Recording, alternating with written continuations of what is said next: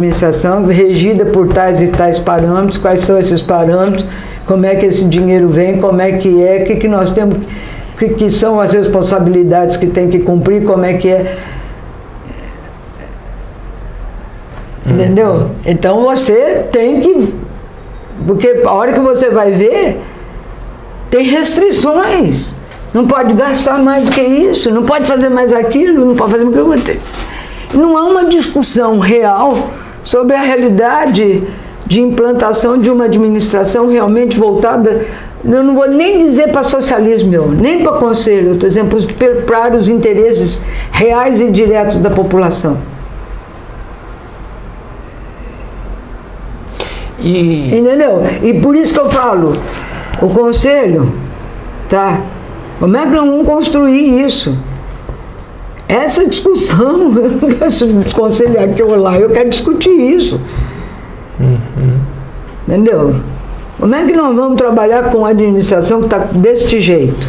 Mas que administração é essa? A senhora é favorável a modelos de democracia direta, institucionalizados, que não seja obrigatoriamente que seja braço da Câmara, de Parlamento? Olha, eu sou assim, Tereza. Como eu vivi, pelo menos na primeira bancada, então não vamos discutir, então vamos discutir abertamente, pessoal, toda a situação de transporte. Agora, abertamente com quem?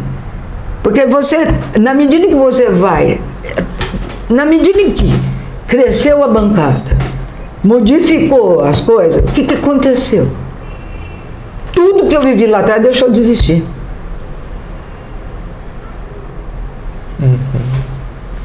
Deixou de existir. E dentro do partido também. E aí? Burocratizou, né? Cada vez mais. Os elos que tinham sido criados com a população foram cada vez mais sendo cortados? Não é sendo cortado. As pessoas passaram a viver cada um com o seu mandato. Com as suas pessoas, com o seu mundo. E isso ainda... Essa federação de mandatos ainda passou a mandar no partido também, né? Também. Fatiando o partido, né? Também. E esse negócio de entender, eu nunca vi, hoje em dia, eu estou filiada, mas não estou participando do partido, não. Primeiro porque eu acho uma loucura quantas tendências tem dentro desse troço. Porque cada um lá, conforme o problema, resolveu formar a sua tendência. O outro formou a tendência não sei de quem. O outro... vai escatar, gente. Perdeu-se a visão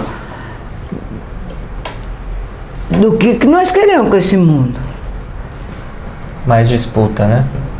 Disputa entendeu? Interna. Você viu a recente disputa por causa de quem vai sentar na psiroca lá da cadeira lá da Câmara Municipal, que deu um documento que foi lançado para a direção municipal. Não, porque nós pensamos que era esse, não, era aquele, é da tendência tal, entrou para ter...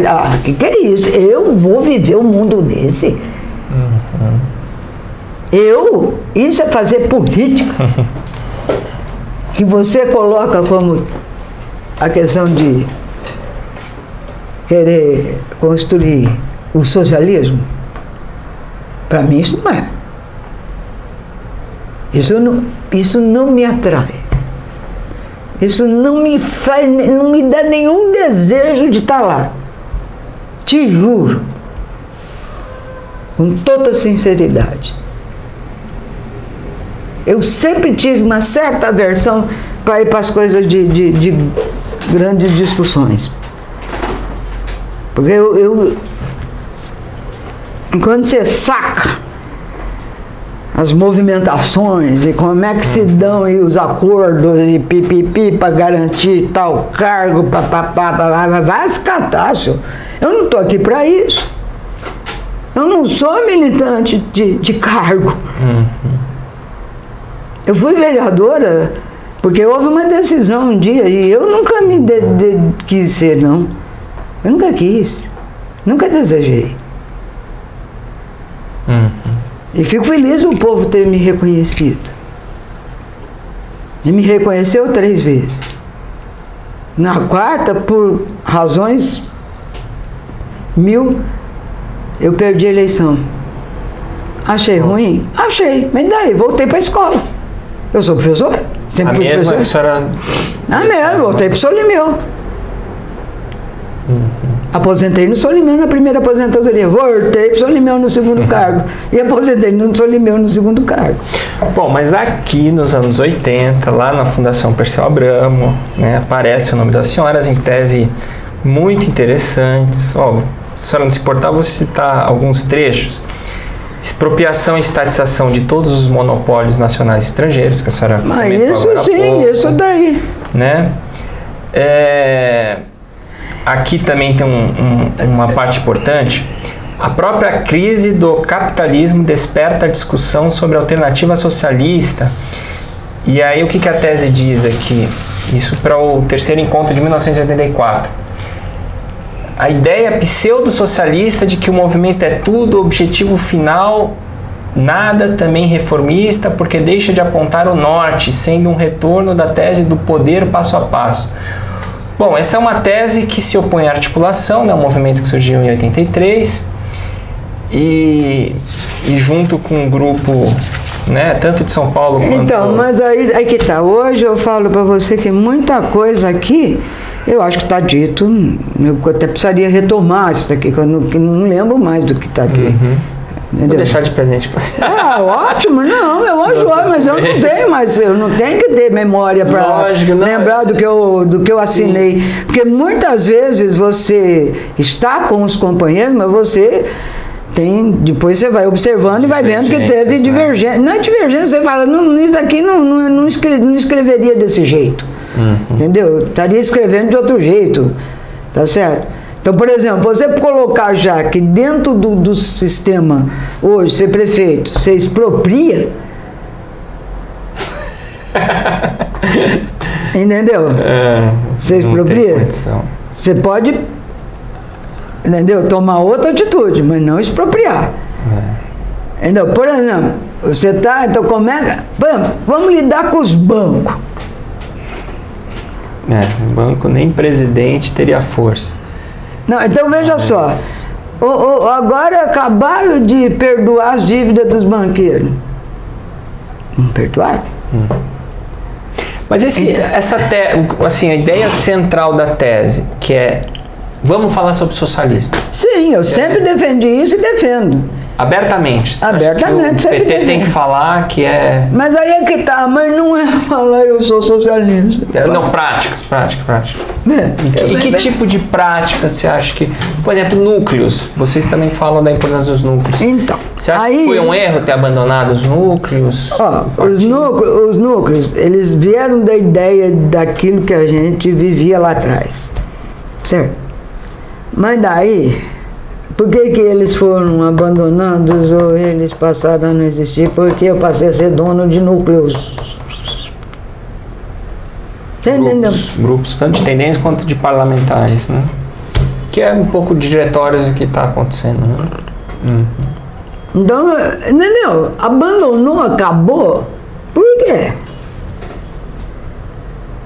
Ficou sendo alvo das disputas internas. Tá certo. Então, mas como ideia, assim, lá do nascedor... Não, como ideia, sim. Mas isso aí é que tá. Ficou como uma disputa, entendeu? E como também, por exemplo, mesmo essa questão lá da região, tinha muita gente. Tinha algumas pessoas que ficavam putos, porque a grande referência nos grupos lá na região era eu, era o Roberto e tal, não sei o quê. Nossa senhora, inclusive, teve momento de gente da igreja de falar que nós é comunista e que cuidado com que é comunista. Certo? Só que comunista... Come criancinha, eu não comi criancinha nenhuma. Pelo contrário. Bom, campanha das diretas... A senhora imagina que fez muitos Não, participamos na Câmara, no parlatório lá, a senhora... Não, lógico, em tudo quando é lógico. Olha, nunca nós ficamos sem falar lá na tribuna o que tinha que falar. E nesses grandes atos, a senhora falava? O primeiro no Pacaembu... Nunca falei nenhum desses grandes atos. Porque isso daí falava quem? As grandes personalidades. Erundina já falava nessa época? Não, nem ela. Agora, quando ela foi prefeita, sim. Mas aí é que tá. Mas nem por isso eu me sentia mal de estar lá, porque não estava lá em cima e nem falando.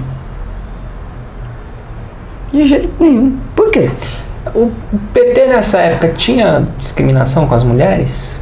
Ter essa base sindical, a senhora sentia isso ou não? Eu não.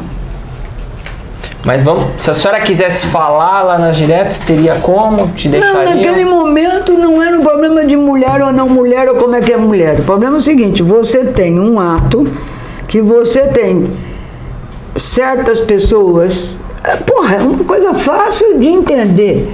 Certas pessoas que têm uma expressão. Tá? Tem uma expressão. Então, essas pessoas é que falam. Porque as pessoas estão indo lá para ouvir essas pessoas. Tá. Quando eu fui candidata a vereadora, a primeira vez, tinha uma mulher que era feirante lá na Brasilândia, que ela votou em mim. E aí nós fizemos o Lula era candidato a governador. E aí nós fizemos um comício. Ela foi para ver o Lula.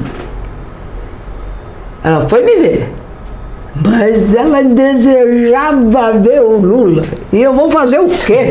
Ela queria ver o Lula, ela queria que o Lula falasse e ela ouvisse o Lula. Entendeu? Você tem que também saber que em certos momentos você tem que ter, tá certo? Certas pessoas que são as pessoas principais para falar. Agora, eu posso dizer para você que eu não concordo com as pessoas que vão falar. É outra história. Tá. Certo? O presidente do partido tem que falar. Eu não concordo, mas tudo bem, vai falar, meu filho, o que eu posso fazer? Tá certo? Tá? Então você tem certas coisas que você estrutura de uma dada forma, e eu nunca fiquei. Essa história das mulheres,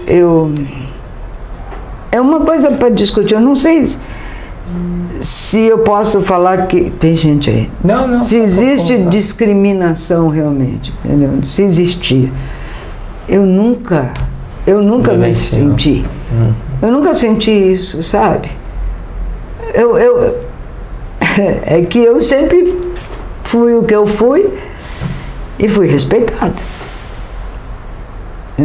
Quando eu tive que assumir certos papéis, eu assumi e fui extremamente respeitada, como, por exemplo, a questão da Comissão Parlamentar de Inquérito sobre a questão das ossadas de perus. E depois, por exemplo, eu fui reconhecido, inclusive pela administração do Haddad, para fazer parte da Comissão da Memória e Verdade da Prefeitura de São Paulo.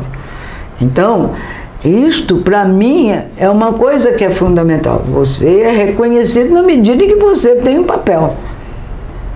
Você tem um papel, você exerce esse papel. A Erundina... O Haddad te chamou para fazer parte da comissão municipal? Sim, fui chamada. Por conta da experiência? Do que eu tinha vivido, que era a comissão da CPI de Perus. Então, as pessoas... Porque aí tem uma outra coisa. As pessoas vão formando grupelhos em tudo quanto é questão. E esses grupelhos, se você não frequenta os grupelhos e tá, seja de que assunto for, você deixa de lado. As pessoas são deixadas de lado. Você precisa ser do grupelho, você precisa ser do grupinho, você precisa ser de não sei o quê, porque se você não for... Entendeu? Os movimentos de esquerda é bem isso. A primeira coisa que fala é você pertence aonde, que grupo que você é, categoria, né? É bem entendeu? Assim, né? Bom, E aí, veja, durante todo o período em que eu voltei para a escola, porque antes de eu ser vereadora, tá?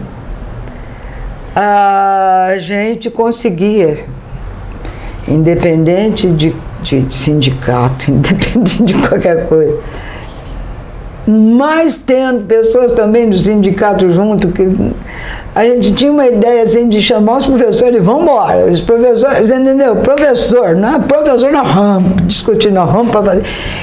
Eu me lembro uma greve que nós fizemos, e nós ficamos um mês, quase, um mês e tanto de greve.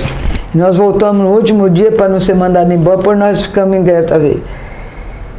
Foi a primeira vez que a gente conseguiu fazer uma greve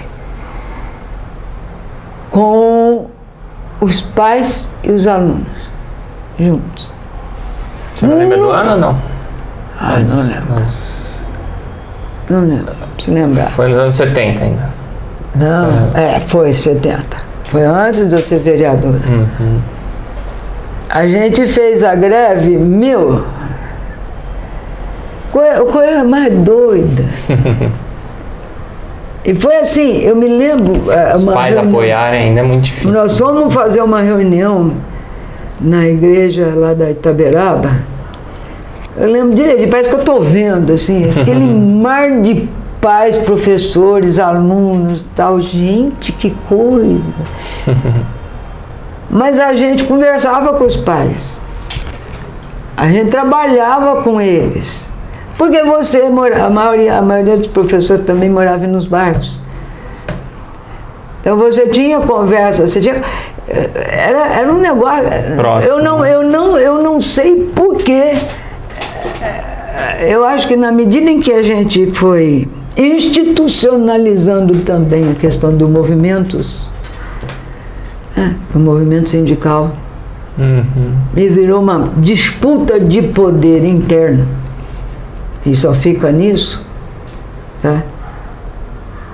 Olha, eu cheguei uma vez,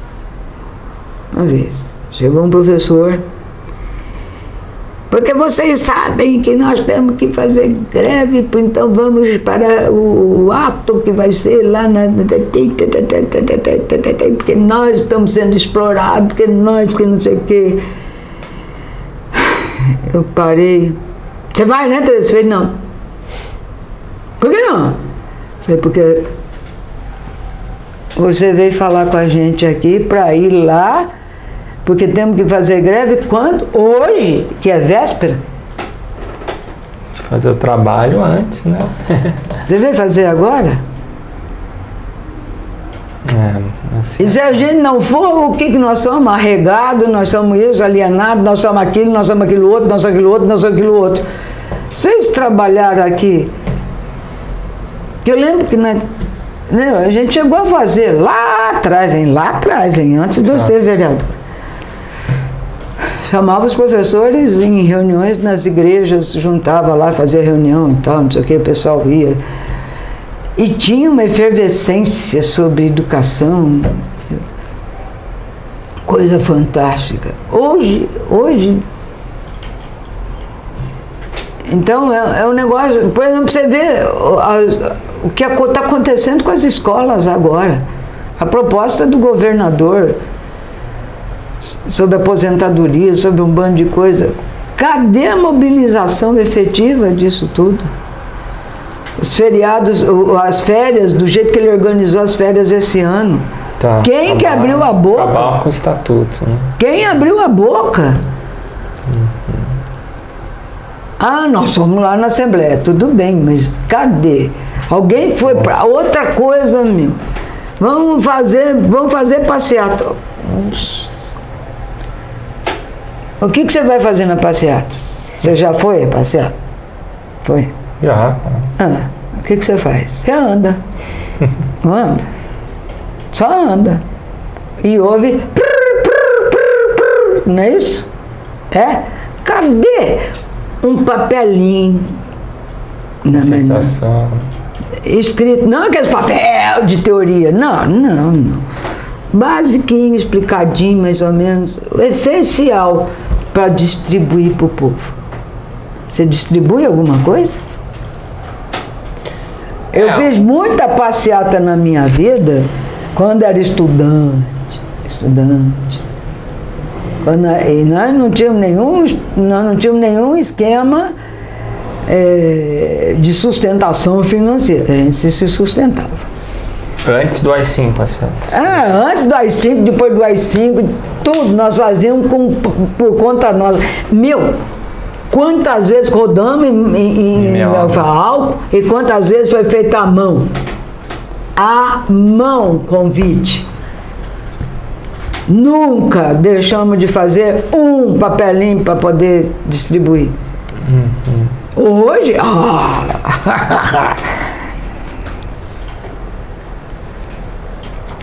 tem os grupos que ainda distribuem, mas é um pouco o que a senhora está falando.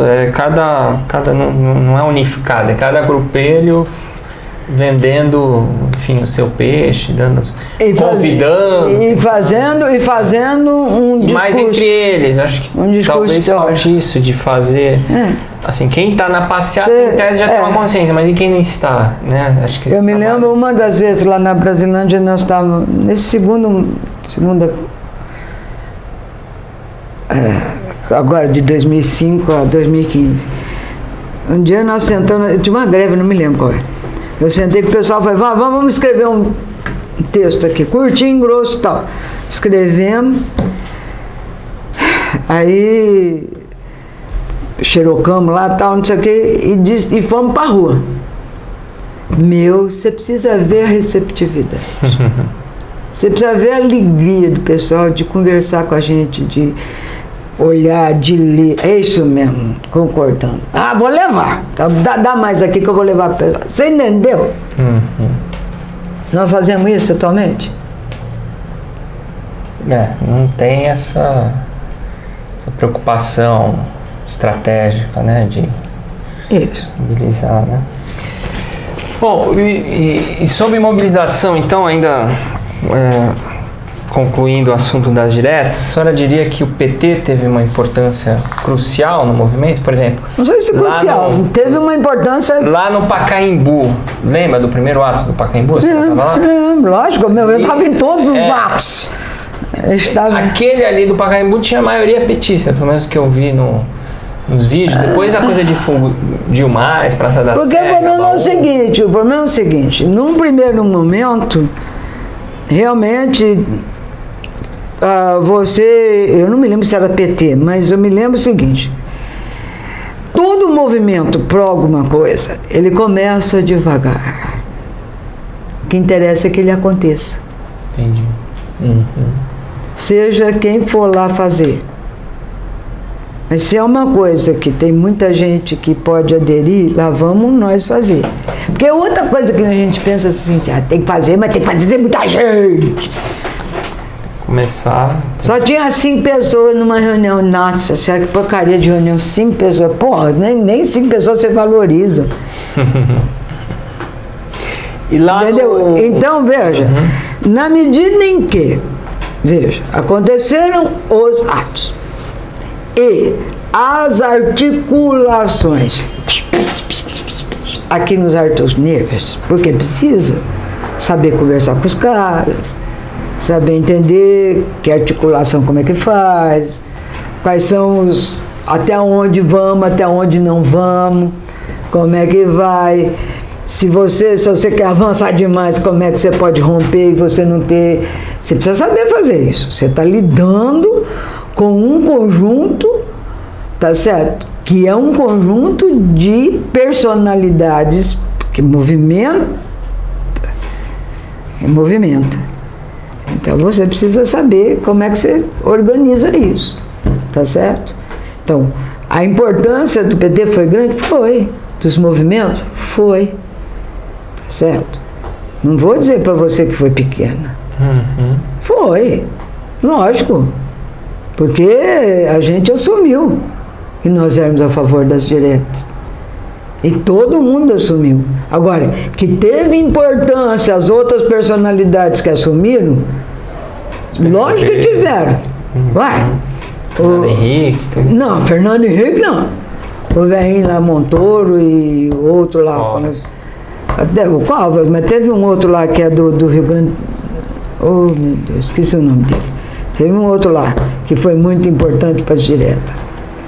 E foi importante também nos movimentos na questão da anistia e tudo mais. Tá certo? Então, você tem personalidades que você aglutina e que você traz. Porque, por exemplo, Fernando Henrique é uma personalidade, mas não é uma personalidade vacilante para danar. Tá certo? Então, vem o Fernando Henrique vem, mas ele não assumiu como assumiu o Montoro. Ele liberou as catracas, né? Não, mas ele não assumiu assim, porque o Montoro era militante, que vem lá era pau pesado. O Covas também tinha seu aspecto militante, tá certo? Por exemplo, quando nós éramos do MDB, Covas, Montoro, foram tudo lá para a freguesia. Porque a freguesia, quando a gente elegeu o Benedito Sintra, porque o Benedito Sintra foi eleito suplente de vereador.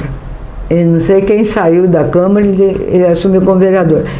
Nossa, nós passamos a ser a região, que aliás era uma região extremamente arenosa, era arena pra caraca. Fez e agora voltou para a direita outra vez. Tá certo? E aí é que precisa pensar, por que voltou? Muita igreja lá, né, hoje em dia. Muitas igrejas, o movimento evangélico. Não, eu acho que é o PT mesmo, somos nós que temos que fazer autocrítica nossa. Abandonou, né? Então... Bom, e aí no ato lá no Anhangabaú, ocorreu na hora da votação da emenda Dante. A senhora sabia que ia perder ali ou achava que tinha chance de ganhar? Não sabia que ia perder. O pessoal não ia virar voto, né? Não, nós ficamos na Câmara até o final. Você assistiu na Câmara, não foi no Anhangabaú? Não, nós ficamos na Câmara. Tá. E aí nós ficamos lá na Câmara, mas nós tínhamos certeza que não ia dar. Porque se você entende contexto. Sim. E 85, o PT teve um encontro em Diadema, em janeiro, para definir a posição que ia ter no colégio eleitoral, se ia votar ou não. A senhora lembra se participou desse encontro, desse debate? Participei e fui contra a participar do colégio eleitoral. Que teve uma maioria lógico, firme, né? O que é isso? Participar do colégio eleitoral. Que é isso? Para com isso. Para com isso, meu. Você já estava ferrado e ainda ia ajudar a se ferrar mais ainda. Mas a gente perdeu bons quadros, né? Como a Beth Mendes. Não, perdemos. Aí é que tá. As pessoas... Ayrton Soares, né? As pessoas têm suas posições. Entendeu? As pessoas têm suas posições. Eles foram coerentes com a posição deles naquele momento. Agora, você não pode negar, o Ayrton continua, pelo menos... esquerda, né? Esquerda. O jornal lá da cultura. Não, entendeu? A Beth também, né? Beth muito bacana. Agora... Você não pode exigir de algumas pessoas que você sabe da história que elas sejam aquilo que você é. Tá certo. Agora, o que elas podem ser é aliadas. É isso que está. Na história de construir alguma coisa, você tem que pensar também que tem pessoas e pessoas. As pessoas que vão estar com você militando, as pessoas que vão estar apoiando, e são importantes que apoiem, mas não vão militar. Então você não pode exigir que as pessoas sejam como você.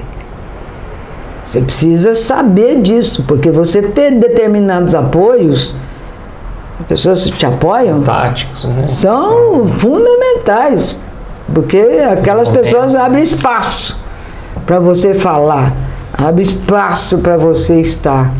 Entendeu? Uhum. Então a gente tem que saber. E aí, nesses encontros, a senhora participava como vereadora ou era delegada, atuante no grupo? Não, eu sempre fui como delegada. Delegada. Então, Delegada nesse grupo pela região. da região. Da região. Tá. Porque Mas vereadora não tinha participação de encontros do PT se não fosse delegado. Agora, a senhora lembra dessa militância que fazia oposição à articulação? A senhora lembra, assim, por que não estava na articulação e era da... Quais eram os seus princípios que moviam a estar no campo minoritário do PT, digamos assim?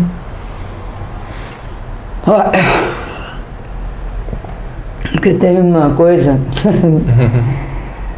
que não estar no campo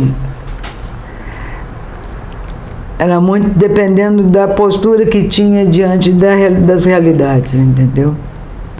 Das realidades políticas, principalmente, as posições políticas. Então eu não fechava com a posição principal por conta, por exemplo, não me lembro, foi um encontro em que até o Suplicy se candidatou e chegaram para mim e disseram assim, ó, você tem que votar no Lula. Eu falei, por que eu tenho que votar no Lula? Ah, porque o Lula, o operário, o PDT... Acho que foi na convenção de 94 que o Suplicy por aí disputou, né? Aí eu falei, por isso? Qual é a proposta política? Qual é a proposta política que o Lula vai defender? Vocês podem me colocar? Mas, Tereza, neste momento, a importância de termos a figura do... Tudo bem, concordo na importância da figura dele, não nego nada, mas eu quero saber a proposta política. Não, eu não votei em ninguém.